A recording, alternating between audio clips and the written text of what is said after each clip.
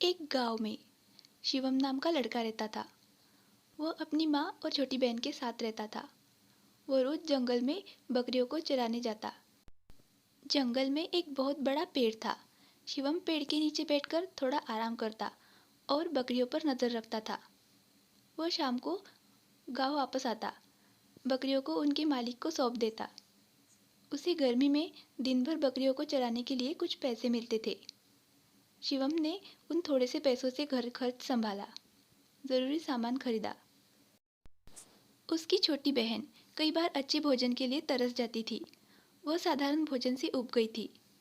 शिवम समझ गया था कि वह क्या चाहती है, लेकिन वह असहाय था। उसे थोड़े से ही पैसे मिलते थे, जिससे वो 2 वक्त के साधारण भोजन की व्यवस्था ही बड़े मुश्किल से कर पाता था। अगली सुबह शिवम बकरियों को लेकर जंगल में गया।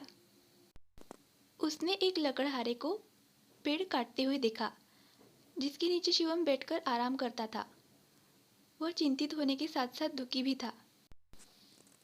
उसको एक आइडिया आया और उसने लकड़हारे से कहा, आप इस पेड़ को क्यों काट रहे हैं? आपको पता नहीं कि इस पेड़ पर एक चुड़ैल रहती है। अगर आपने इस पेड़ को काट डाला तो वो आपको परेशान करने लगेगी। लकड़हारा डर गया और वहां से भाग गया।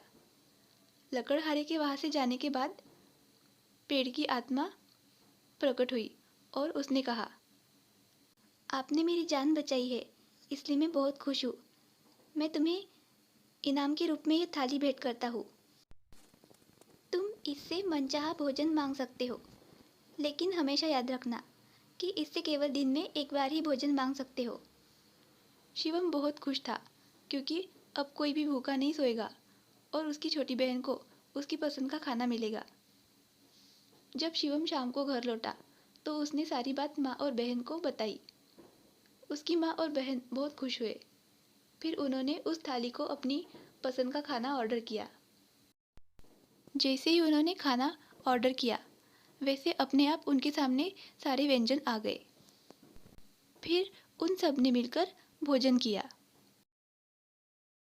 अगली सुबह शिवम बकरियों को लेकर जंगल गया और जब वह शाम को घर पहुंचा तो उसे सभी बर्तन खाली मिले। उसके लिए बस सूखे ब्रेड और अचार रखा था, जो वो रोज खाते थे। शिवम निराश हो गया। उसे गुस्सा भी आ रहा था।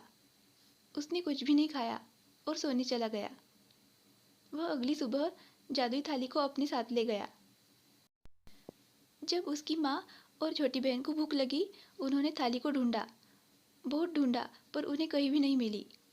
उन्होंने पूरे घर की तलाशी ली, लेकिन जादुई थाली उन्हें कहीं नहीं मिली। वो बहुत दुखी हुए। उन्होंने सोचा कि जादुई थाली खो गई है, इसलिए वो भूखे ही सो गए। शाम को जब शिवम घर लौटा तो उसने अपने पास से जादुई थाली निकाली और अपनी पसंद का खाना ऑर्डर किया। ये देखकर उसकी माँ और छोटी बहन बहुत दुखी हुए। उसकी छोटी बहन रोने लगी और कहा, भैया, तुम स्वार्थी हो गए हो। तुम पहले ऐसे नहीं थे। तुमने ऐसा क्यों किया? यह सुनकर शिवम दुखी हुआ। उसे अपनी गलती का एहसास भी हुआ, लेकिन उस दिन उसकी माँ और बहन ने जो किया उसके बारे में शिवम ने उन्हें बताया।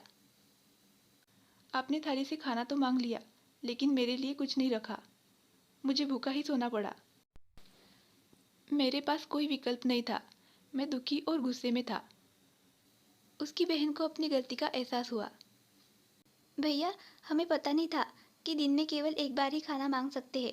हमें लगा कि आप बाद में अपनी पसंद का खाना अलग से मांग लेंगे। हमें माफ कर दो। कोई बात नहीं, चलो अब सब मिलकर खाना खाते हैं। इसके बाद उन सब ने मिलकर खुशी से भोजन किया।